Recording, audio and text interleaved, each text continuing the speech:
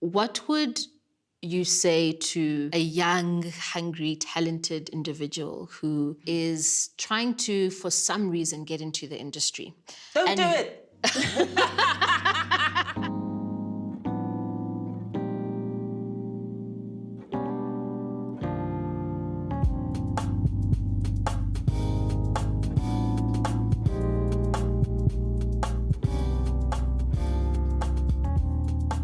Mel, thank you for spending the entire day with us. It's been so much fun. Okay, good. Yeah. I think that's what we try to do, is elicit some type of fun. I just want to start by going through your career. I mean, you've had quite an illustrious one. Can you just kind of take us through it? Gosh, how long have you got? Girl. Oh, okay. I started off in '92 at Bop TV. Okay. And that was my first TV gig, which I kind of got, I wouldn't say by accident, but I'd auditioned for something else a couple of months before and I didn't get it. And then I got a call up and said, would you be interested in moving to Mafikeng? There's Bop TV, they've got a show. And I was like, whoa, okay. And I was surprised my parents let me go because I was 18. And I decided I didn't want to study law. So I was like, well, let me see where this thing goes, you know. I moved to Bop. I was there for just a little under 2 years, presenting a music show. And then another friend said, there's a new music show starting on the SABC. Back then it was CCV. Before it was SABC One. CCV, I it was remember. CCV. And I was like, cool, I sent through an audition tape and then I got it. But it was quick, you know, kind of like in space of 3-4 weeks to pack up my life in Mabatu and get to Joburg. And I started Studio Mix in November of 1993. Amazing. Yeah, and on and off we were on air probably close to 10 years. Incredible. Yeah. Yeah. And then in 2003, I joined Metro and I've been there since.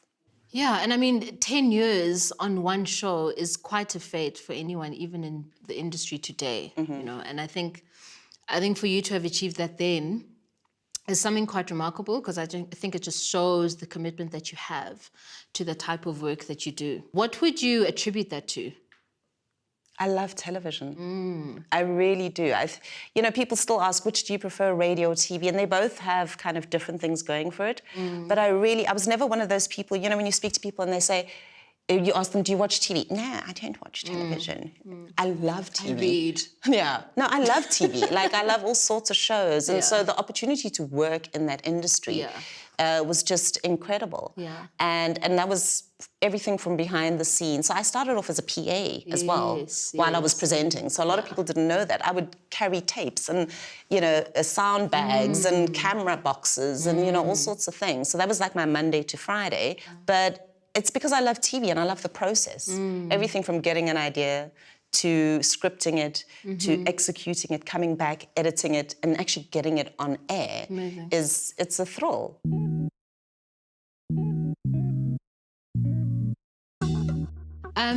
If I look at your career, a lot of it has had its foundation at the SABC. If I look at the IT girls who are kind of leading, you know, who have, you know, careers that are flourishing in media, a lot of them started their careers again at the SABC. And despite all the challenges that it may be having, if you think about it, the SABC has really laid a foundation for the future that we experience now, you know. I think if you could have an opportunity to kind of drive it into the future again, create a new narrative for it, what would you do? You know, I think it's really interesting the position the SABC holds. I'm a firm believer that the public broadcaster needs to serve the public. And I think people forget that. They expect the SABC to compete with your private broadcasters, but that's not our job. That's not our mandate. And so in terms of it being a springboard for young talent, I think that is exactly what it's supposed to be doing. You know, you kind of, you're nurturing, you're pulling kids from wherever and giving them an opportunity to be on, whether it's a kids show or a, you know, and kind of grooming them to enable the industry to flourish. And I think the SABC gets that very right. I think in the long term, you know, we'll be okay. I wouldn't say there's anything fundamentally, you know, we've had leadership, it comes, it goes, and I've been at the SABC. With any organization. With any organization. And, you know, there are good people at the SABC who work hard, who put their all into it. So I think long term we'll be okay. I think every ship kind of has a bump here and there, but I like how you touched on the youth. I mean, if I think of the SABC, first channel I think of is SABC One. What would you say to a young, hungry, talented individual who is trying to, for some reason, get into the industry? Don't do it. I'm kidding. Why? It's hard. It's hard. You know it's hard. And I think it's so much harder now than it was in my time. Yeah. Because there are, in my time, yes, maybe there were 1,000 people competing for something. Today there's 10,000. Yeah. So it is difficult, and I'm very much a realist. So when I do get approached and kids say to me, I want to be on television, or I want to be on radio, or I want to be, you know, I do keep it very real, because I've seen a lot of people come into the industry, be very enthusiastic, and they might have all the talent, but sometimes things just don't align. So do you think that, what do you think the case for open up the industry is? It's a complex answer. It's not a binary yes or no. Yes, open it, no, don't. Okay. And I hate the fact that on Twitter sometimes it gets reduced to that, you know, where people are like, no, don't do it, or yes, do it, and then it's like, it's complicated. You know, everything works together, it's an ecosystem. And so there's 50,000 kids who want to be on television, or want to act, or want to, you know, do this thing, but we don't have enough local productions. We don't have enough local productions because there aren't enough local TV channels. But so the person who is a presenter on a show, when someone says to them, open up the industry, they say, I can't do it. They're right, they can't do it. But it depends more on putting more money into local productions and then opening up other channels and providing more So it's a complex answer. It's not a straightforward yes or no. I think everyone deserves a shot. Everyone does deserve a shot. And I think that's what, you know, if I look at it today, it blows my mind. Like, when I got out of television, part of it was frustration around, you know, you were limited to the public broadcaster, and there were maybe like 2 channels, maybe 3 channels, somewhere else that you could go. And if you weren't winning there, that was pretty much it. So I look at it today and I'm just like, it's amazing. I think there's so much more opportunities now than there were then. And in another 10 years, the same will apply.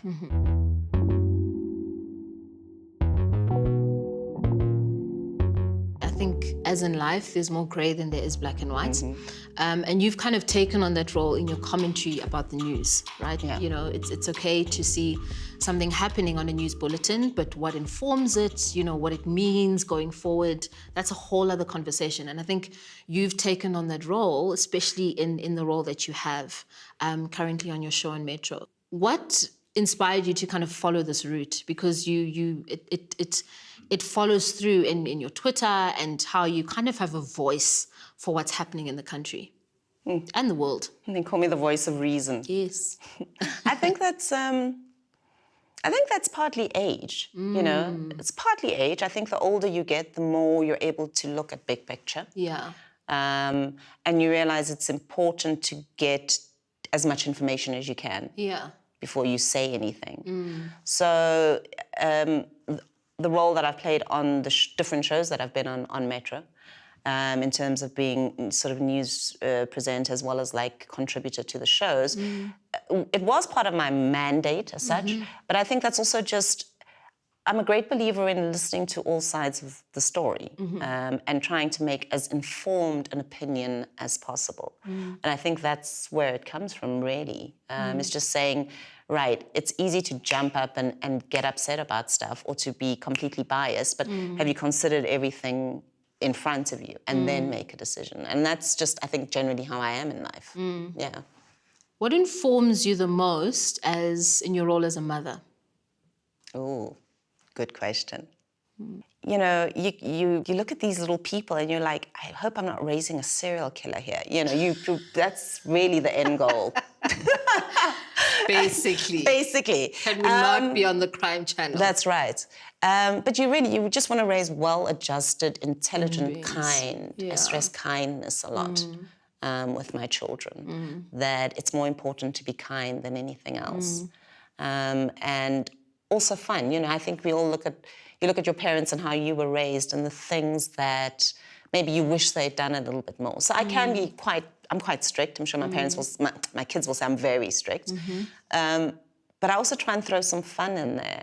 And, you know, I just don't want to have my kids land up in therapy in like 10 years and being like, and then my mom said. Yeah. So, yes. But in addition to the kindness, I think you've been kind to yourself. I think, you know, kids, they say that kids do what you do. They don't do what you say. So, I mean, I just look at you, you are part of Generation Wow, you know.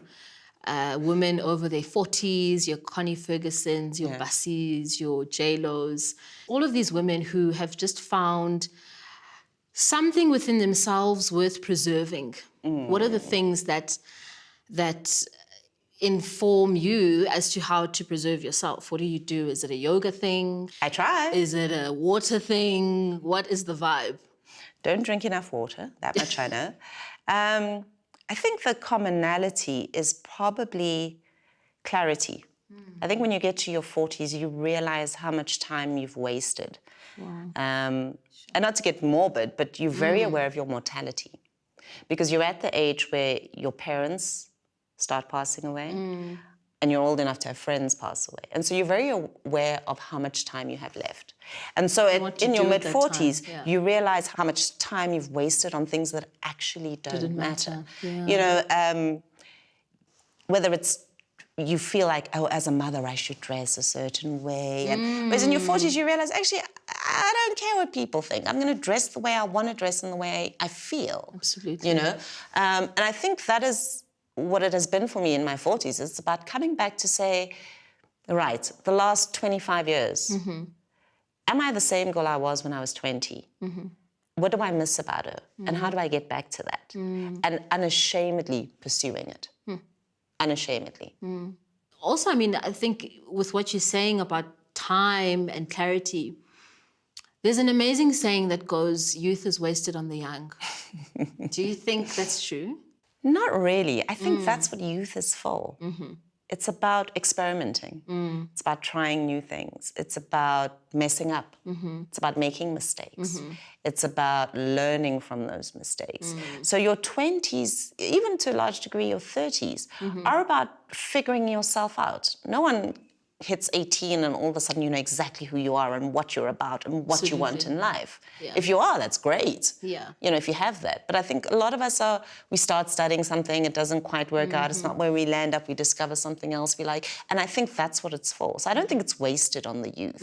Because I just think by the time you then hit your 40s, you've honed in on what it is that you want to do with your life. And so a Vera Wang, a Carolina Herrera, they say, actually, I want to make clothes. That's what I'm going to pursue. So I think there's value in it. And I always say to, you know, when I have some young friends who are in their 20s, I'll be like, oh, I go out too much, I shouldn't go out so much. I'm like, go out, now's the time. When do you want to do it? When you're 50? No, now's the time. Like, go out 5 days a week. I did it. I used to go out 6 days a week. My off day was Monday. Wow. You know, when I was like at home sleeping. Tuesday I was on the streets. So that's what I'm saying. That's what it's there for. What's the one thing you've done consistently throughout your career that you think has contributed the most? Just show up and do the job. Amen. I mean, that's really simplifying it, but just show up on time and do the job. You know, television, not even only must say television, but entertainment generally is a small industry, you know, and people talk. So if you're late, if you're unprofessional, if you're not nice to crew, if you know, all these things, people talk and they know. And for me, it's always just been show up on time, do the job, be nice. It costs you nothing because that is your reputation. You know, hype and whatever else is great, but it won't last. It won't sustain you. I've seen that. I've seen, you know, people come to Johannesburg and join a show at this or that and think, I've arrived. I made it, I'm it. But then you're a terrible person. You don't last. You just don't. There's like no one who lasts who's like that. So you've chosen the road to kind of create a name that is, when people say Mel Bala, there's a level of respect. You don't just, do you know what I mean, project something. You kind of come at me sideways. Yeah, you kind of, and it has nothing to do with the whatever occupation you're doing. It has nothing to do with anything else. I think your name speaks more for whatever position you could hold anywhere else. Thank you. Anyway, I think for us at the bar, that is something that is crucial for us in determining who we engage with on this level. I think you took it all, certainly for me today. Ah, so sweet. Anyone who is reading this, especially someone young, can take it all from you, take all the level of knowledge and inspiration that they need. Because I think if you are trying to get into this industry and you wanted to open up in any way, I think looking to someone like you and how you've really managed yourself throughout these years is definitely something to take in. So thank you very much. Oh, that's very kind of you. Thank you so much. How did I do? Yes.